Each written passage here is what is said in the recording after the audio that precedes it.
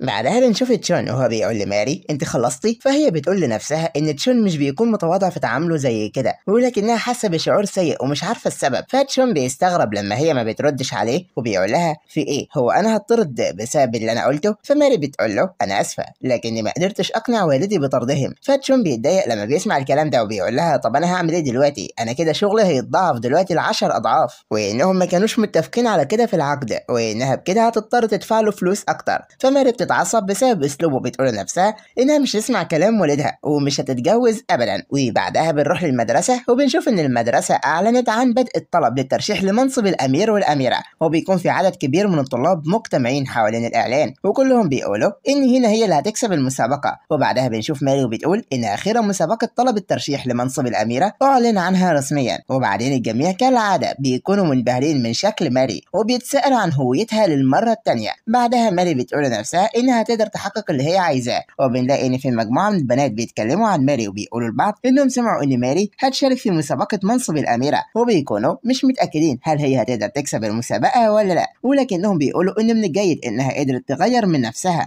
ولكن مفيش قلق منها لانه تم القضاء عليها بالفعل بواسطه هنا. وبعدين بيتكلموا عن علاقتها مع تشون وانهم بقوا مقربين جدا من بعض. وبعدها ماري بتتمشى في المدرسه وبتقابل تشون فبتقف معاه وبتقول له انت سمعت عن الاعلان؟ فبيقول لها ايوه، وبتقول له ان الترشيح لمنصب الاميره محتاج بعض الشروط، وانه من الشروط دي انها تكون ضمن فريق وانها تستخدم صوره لملفها الشخصي. فتشون بيقول لها طب ده شيء سهل وانها تقدر تبني فريق بسهوله، لكنها بتقول له انها لا تمتلك اصدقاء. فتشون بيقول لها كلامي غلط، اعتقد ان عندك اصدقاء بالفعل، وانها لسه عندها على الاقل صديق واحد. فماري بتقول له صديق مين هو؟ فتشون بيقول لها انا، وبيقول لها هو انا مش كفايه بالنسبه لك ولا ايه؟ فماري بتتعجب وبتقول لنفسها ان حاليا المرشح المتصدر للقب الامير بمدرستنا متمسك بيا. فماري بتقول له انت واثق من كلامك؟ لكنه بيفتح موبايله وما بيردش عليها، وهي بتقول لنفسها هو بيتصرف كده ليه النهارده؟ وانه باين عليه ان هو هادي بشكل غريب، ولكنها لما بتبص له بيبان عليه انه متوتر، فبتقول انه اكيد في مشكله. وفعلا تشون بيبان عليه الخوف، وبعدها بيحط موبايله في جيبه وبيقول لها انه هيمشي من المدرسه بدري. فماري بتسالها عن السبب لكنه ما بيردش عليها وبيجري في اتجاه السلم. وبعدها بنروح للمستشفى وبتكون والدته تعبانه وموجوده في المستشفى، وتشون بيروح لغرفتها وبيقعد معاها. وبعدها والدته بتصحى واما بتلاقي نفسها في مستشفى بتتخض وبتتنط من مكانها وبتقول له احنا بنعمل ايه هنا؟ فتشون بيقول لها تهدى وتستريح وانهم بيكملوا فحوصات المستشفى. فوالدته بتقول له انت بتقول ايه فحوصات ايه؟ انت دفعت قد ايه في فحوصات المشفى دي؟ فتشون بيقول لها ما تشغليش بالك يا امي بالحاجات دي دلوقتي، وان اهم حاجه ان صحتك تكون كويسه. لكن بعدها والدته بتقول له هو انت انضممت الى مجموعه بايكيتشي؟ انت بقيت خادم شخصي عندهم؟ وبتقول له انت عارف اساس المكان ده او يعرف السبب في موت ابوه؟ لكن تشون بيقول لها هو ايه السبب في موت ابويا؟ فهي بتسكت وما بتردش عليه. فتشون بيغضب وبيقول لها انها دايما بتكون غضبانه لما هو بيتكلم عن مجموعه بايكيتشي، ولكن بالرغم من ده انها ما قالتش اي حاجه عن والدها. وبعدين بيتجه لباب الغرفه وبيقول لها انها لازم ترتاح، وبيقف قدام باب غرفتها شويه وبعدها بيرجع لبيته وبيقول الكلمه اللي اتعودت عليها، وهي انه اول ما بيرجع للبيت بيقول انه رجع، لكنه بيقول لنفسه انه ما فيش حد موجود في البيت اصلا. وبعدها بيفتح موبايله وبيلاقي ماري بعتله رساله وبتقول له انت فين؟ تعال بسرعه انا عايزاك. فتشون بينزل من شقته بسرعه وبيروح لماري وبيكون في مطر شديد. بعدها بيفتكر والده وبيقول لنفسه انه حتى لما كان صغير لم يكن والده يتواجد بالبيت كثيرا، وانه دايما كان بيكون في مجموعه بايكيتشي، وبيسال نفسه عن السبب اللي خلى ابوه يسيبه هو وامه لوحدهم. وتشون بيكون باين عليه الحزن. وبعدها بنروح لماري اللي بتسال نفسها عن سبب تاخير تشون برغم انها بعتت له رساله، ولكنها بتقول انها ممتنه ليه بسبب الكلام اللي قاله لها النهارده، وانها طلبت من المربيه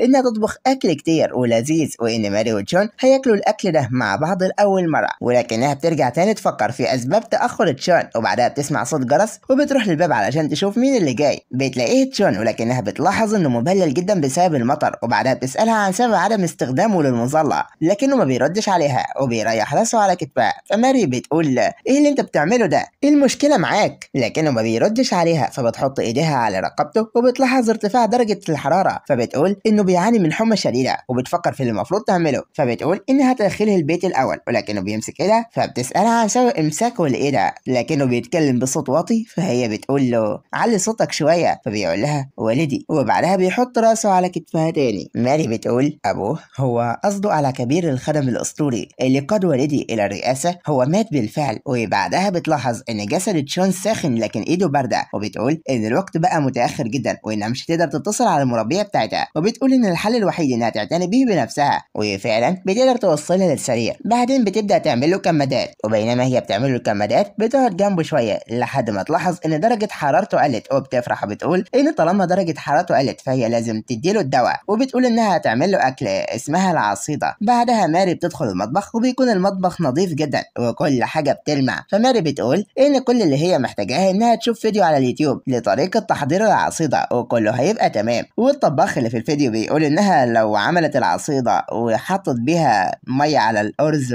فكده هيكون شيء كويس. فماري بتفرح جدا وبتقول ان الموضوع سهل جدا وانه مش هياخد منها اي مجهود وانها طباخه شاطره من صغرها. بعدها تشون بيفوق وبيقول انه حاسس بحاجه غريبه وبيشيل الكمادات وبيقول مين اللي عمل الحاجات المقززه دي. بعدها بيتسأل عن اللي بيحصل معاه او بسبب وجوده على السرير، لكنه بيسمع صوت شخير. بيبص جنبه فبيلاقي ان ماري نايمه على الطرف التاني. فتشون بيتخض وبيتسبب في ان ماري بتصحى. بعدها ماري بتفتح عينيها وبتقول انه حاجه كويسه ان هو قدر يصحى، وبتقول له انها عملت العصيده في المطبخ خليه ياكلها وبعدها ينام. فتشون بيستغرب وبيقول لها هو انت اللي عملتيها بنفسك؟ وبعدها بيقوم من على السرير وبيروح للمطبخ، ولكنه بيشوف ان المكان كله كأن قنبله انفجرت في المطبخ. بعدها بيسأل ماري بيقول لها ايه ده؟ فماري بتبتسم له وبتقول له انت مستعد علشان تاكل؟ لكنه بيقول لها ايه اللي حصل هنا؟ كل حاجه مولعه. فماري بتغضب وبتقول له فين اللي مولع؟ انت قصدك ايه بالكلام ده؟ وانها عملت له العصيده علشان كان تعبان. بتقول له لو مش عايز تاكلها خلاص ارجع لسريرك. فبعدها تشون بيكح وبيقول لها انت ازاي عايزاني انام بعد ما شفت المنظر ده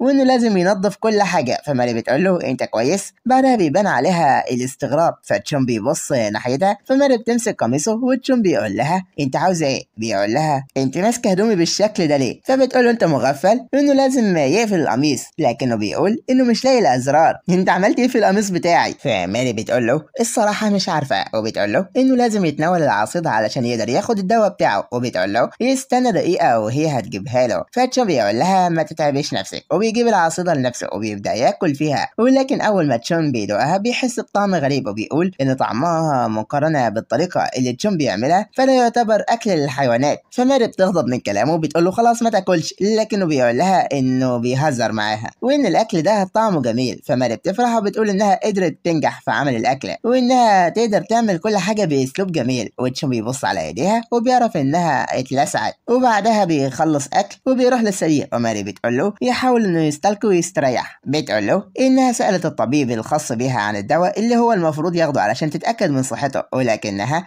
بتلاحظ انه مطيع لها بشكل غير عادي، ولكنها بتقول لنفسها انه ممكن يكون بسبب انه مريض. فتشون بيكون مرهق جدا وبيقول لها انه حاسس بالنعاس. فماري بتقول له ياخد الدواء وينام. فهو بيقول لها ما تحاولش تتصل على رقم الهاتف الارضي لمنزله. فماري بتتعجب وبتقول له انت بتقول كده ليه؟ وبتقول له هي امك مش في انتظارك؟ فتشون بيسكت شويه لكنه بيقول لها امي دخلت المشفى النهارده وانه لما رجع لبيته ما لقاش حد هناك، لكنه لما وصل هنا فحس ان المنزل ده مليء بالدفء فهو مرتاح هنا. فماري بتتاثر بكلامه وبعدها تشون بيشكرها بيقول لها انها سهلت عليه الامور. فماري بتفرح جدا وبتقول له ان دي المره الاولى اللي تسمع منه مجاملات، ولكنها وهي بتتكلم بتلاحظ ان تشون ما بيردش عليها، لكن تشون بيكون نام اصلا وما سمعش منها اي حاجه.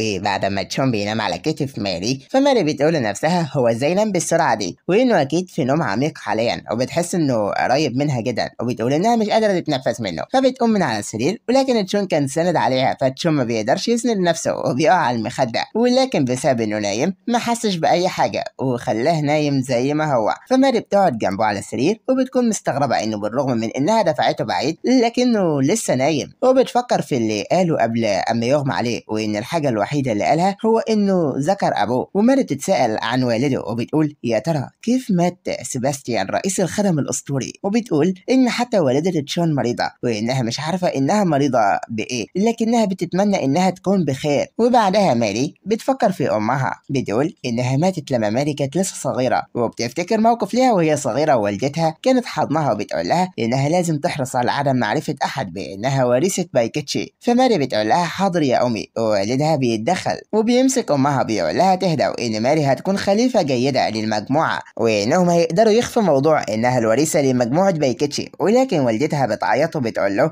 انها كارهة الموضوع ده وانهم كده هيخلوا ماري تكون في خطر مرة تاني، ولكن والدها بيقول لها انه هيعين حراس شخصيين لحماية ماري علشان كده مفيش داعي للقلق. فوالدتها بتتضايق وبتقول له ما قلقش ازاي وان ماري تم خطفها مرتين بالفعل وانها حاسة انه في شيء غلط انها تترك ماري تكون في خطر مرة تاني وانها مش عايزة تتخيل حاجة زي كده اصلا. وبعدها والدتها بتاخد الدواء الخاصة بيها وبتاخد ماري معاها وبتقول لها انها هتنام معاها النهارده، وماري بتكون فرحانة جدا. ولكن بعدها بنشوف حريق في المكان وماري بتكون صاحية وبتحاول تنقذ امها لكنها ما بتقدرش تصحيها، وماري بتتغطى بملاية موجودة هناك وبتنده على اي احد يساعدها. وبنرجع لماري في الوقت الحالي وهي بتبكي وبتقول ايه الذكريات دي، وبتقول ان الاحداث دي حصلت وهي لسه صغيرة وبتفكر في اللي حصل وبتقول لنفسها هل انا تم اختطافي من قبل. وبعدها بتقول انها مش قادرة تتنفس كويس وان راسها هينفجر من كتر المعلومات، وبعدها ما بتقدرش تسيطر على نفسها من كتر التعب وبتنام جنب تشون. وبعدها بنشوف تشون بيصحى وبيستعجب من ان ماري جنبه فبيلتفت ناحيتها وبيمسك ايدها، فماري بتستغرب من اللي عمله ده لكنه بيقول لها ما تقلقيش وانه يكون بجانبها دايما. فماري بتفتكر ابو تشون وهو بينقذها من الحريق وبيقول لها نفس الكلام ده، فماري بتبتسم وبتنام. وبنروح لتاني يوم وبنشوف شارك وهو رايح للشغل في بيت ماري وبيكون فرحان جدا لانه طلع بدري وبيقول انه اول واحد يوصل للشغل وانه بكده هيقدر يروح للمدرسه مع ماري. وبعدها شارك بيدخل لغرفه ماري على اساس انه يفاجئها بانه جه بدري، لكنه بيتفاجئ من اللي بيشوفه وبيلاقي هدوم تشون على الارض